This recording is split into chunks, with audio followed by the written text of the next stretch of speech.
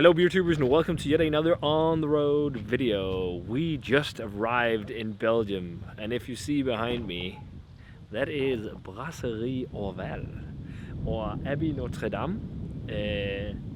I think there was something more to it. Was it Saint-Remy? No, I think that's Rochefort's Abbey. But we're here at the Orval Brewery slash Abbey. They are not open for brewery tours. They only open for brewery tours once or twice a year. But we're still going to go and have a look around the courtyard, and we're going to have some Orval for lunch with some food straight at the source. I'm really looking forward to it because Orval is my favorite of all the Trappist ales. So yeah, this will be really fun. First pilgrimage in Belgium, and later today we're going to another spot to check out some beery stuff. But you'll see that in a separate video, and it's in Pajottenland, and it starts with lamb and ends with big. But yeah, we'll see you guys for that later. Let's go and check out this beautiful place. So we're just walking around the Abbey grounds, and wow, this place is beautiful. It's went through many stages of how the Abbey's been looking and whatnot through the years because of wars and whatnot. It's been destroyed quite a few times, and the current iteration of the Abbey is from 1948. When they also started brewing. What's interesting is it feels so peaceful to walk around here, like so tranquil and calming and soothing. Right now I'm walking around in the herb garden they have here, where they got lots of wild herbs and vegetables, and right behind us is the old monastery that was burned down, and it's massive. It is a huge place. It's really cool. I'm really looking forward to. I know we won't see the brewing part of it, but I'm really looking forward to see just a little bit more about how they produce beer and cheese and all this, because there's going to be some infographics on this. But here we go. This is the old part of the monastery that was torn down. Wow, what a beautiful place. So we just went inside a small building talking about the original brewery here at Orval, where you could see some of the equipment they use and some of the parts of the old copper kettles, and a fun little information booth about the different steps in the brewing process. And that's pretty much all I guess you get to see about the beer and brewing, unless you get to go here in September for Open Brewery Day, where you can get to have more knowledge about how they make beer here at the monastery. So we're just walking through the old ruins of the original monastery from was it 1800 something, that was destroyed during the French Revolution. Look at this, man. Wow, this place is gorgeous. This is crazy, man. I really wish though that you could get to see the real brewery. One time I'll have to come here during the season, the autumn season, where you can get to visit this place and see the brewery inside. Yeah, we're gonna keep walking the grounds, and then we're gonna finish off with probably some beer and some cheese. It's gonna be nice. Okay guys, so we just arrived at the cafe Gardien. I think it means the guardian angel. But we got a tasting set here of Orval, and we got low alcohol Orval, only on 4.5%. It's called Orval Vert, and I think it used to be called Petit Orval in the past. And then we got Classic Orval on 6.2%, and then we have a special version that's been aged in the cellars at Orval for a year on 7.2%. So even stronger. And I think you can only try that and also the low alcohol strength one here at the cafe and at the brewery. The low alcohol one is the one made for the monks. So if you don't know Orval, famous Belgian beer made with candied sugar. It's got a dry hopping edition, which is very unique for classic beers like this. And then it's finished in the bottle or re-fermented with Brettanomyces to give that funky flavor. So let's start and try the young or the low ABV Orval here first. Yeah, quite hoppy. It's really hoppy having it fresh at the source. I'm getting lots of spicy, peppery notes. But yeah, it smells peppery, spicy. Not so much Brettanomyces on the fresh one. But let's try it. Cheers. Oh.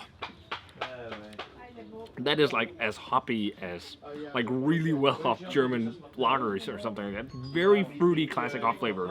Floral, nettily, spicy, peppery. next to no Brettanomyces character on the young one here, or the low ABV. But it's really tasty. Really refreshing, ultra crushable. You could definitely smash a few glasses of that. Let's try and jump on to the regular one. So this is like my favorite Trappist beer. Of all the Trappist monasteries going to Belgium, this was the only place that was a must for me to go. So yeah, this smells more like classic Orval. You get the perfumey floral vibes from the Brettanomyces, slight funkiness, dry white pepper. Smells beautiful. I wonder if actually they have Brettanomyces in the young or the low ABV one. It didn't taste like it. Perfect serving temperature too. Oh wow, that is delicious. Really peppery, really floral, really nettly. Drying Brettanomyces quality. A touch of candied sugar flavor. A little bit of a sweet bready malt. Beautiful beer. Man, at the source. This is so cool. We're going to be doing this a lot this week in Belgium. So let's jump on over to the 7.2% one. So Vieille Orval, which has been aged at their cellars for, it says minimum 1 year. So it's a little bit darker, which might be oxidation, but let's check this one out. Yeah, much more Brettanomyces. Really funky. You can really smell that the funk really develops over time. It's got that slightly musty funkiness, like dry funkiness. It smells really good. Really floral too. The hop, it's definitely the Brettanomyces that shine, but you still do sense a level of dry hopping. Let's try it. Cheers.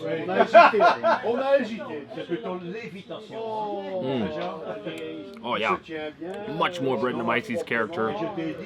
Much more full in the mouth too, but it's also stronger. So I wonder if this is a stronger version they do, or it's just because Brettanomyces eats more sugar over time. Really dry, but really full in the mouth, and it has like a musty old kind of flavor profile to it, like nice funk.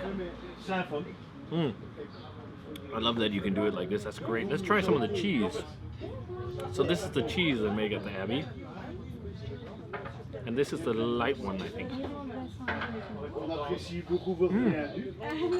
That's really nice. So we just came from France, and I don't think it's too far off something like a Gruyere.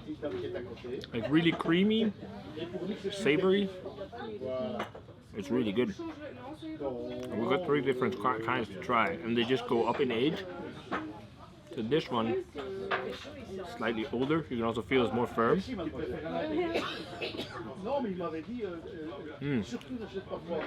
I think we actually switched it around. The first one was the older one, because this is more light. But really good. Really, really tasty cheese. Really creamy and buttery. Let's try and have a sip of Orval with the cheese. That's really nice. Really good. And finally, this must be the oldest one. It's actually also kind of soft, so maybe we're just doing it backwards. It's young. Old? Oh yeah. It smells much more intense. Oh. Yeah, it's very much like aged Gruyere or something like that. Really soft, creamy and buttery, but really, really tasty cheese. We're going to have to buy some to take home. Well, problem is it probably can't last in a hot car.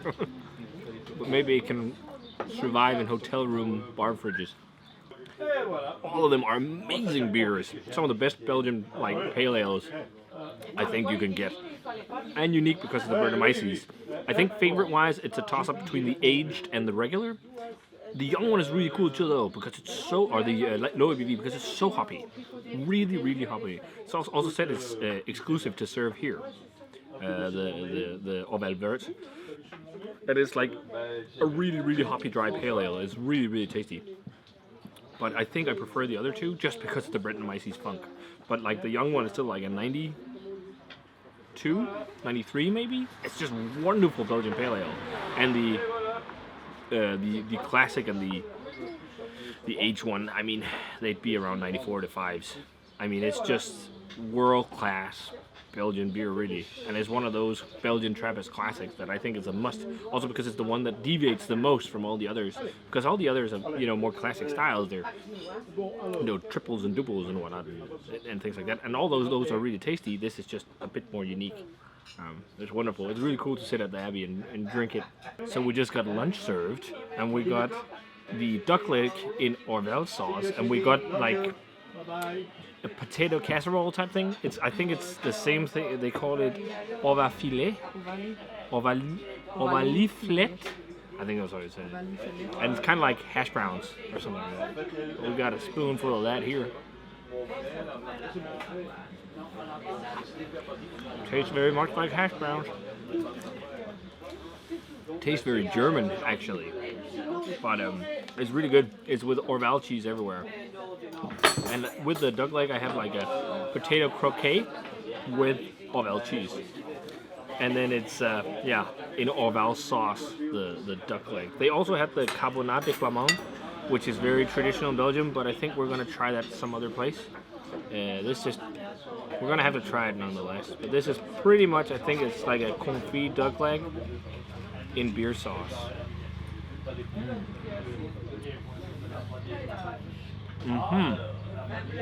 I love duck.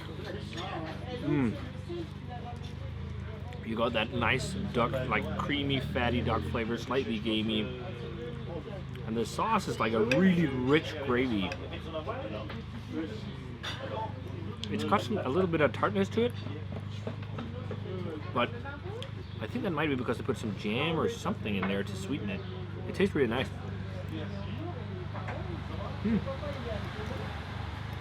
Very, very good. Not like crazy over the top, but just like really good. Husmanskost, we say in Danish, so like really good, like heavy, substantial food. Not every day, I'd say. Oh, the potato croquet is crazy, very cheesy. But yeah, it's like really hearty food. Yeah, but usually duck is that. It's really hearty. It's hefty. The only thing I'd wish is that if the skin on the duck here was a bit crispy, but otherwise this is just really nice. It's like comfort food. It's really good. And then with a fresh glass of Petit Orval or Orval Vert, because you can only get that here. Oh man, that's really good. It's so hoppy. Yeah, I urge you guys to make a visit to, if you're ever in Belgium, come and visit the Orval Abbey.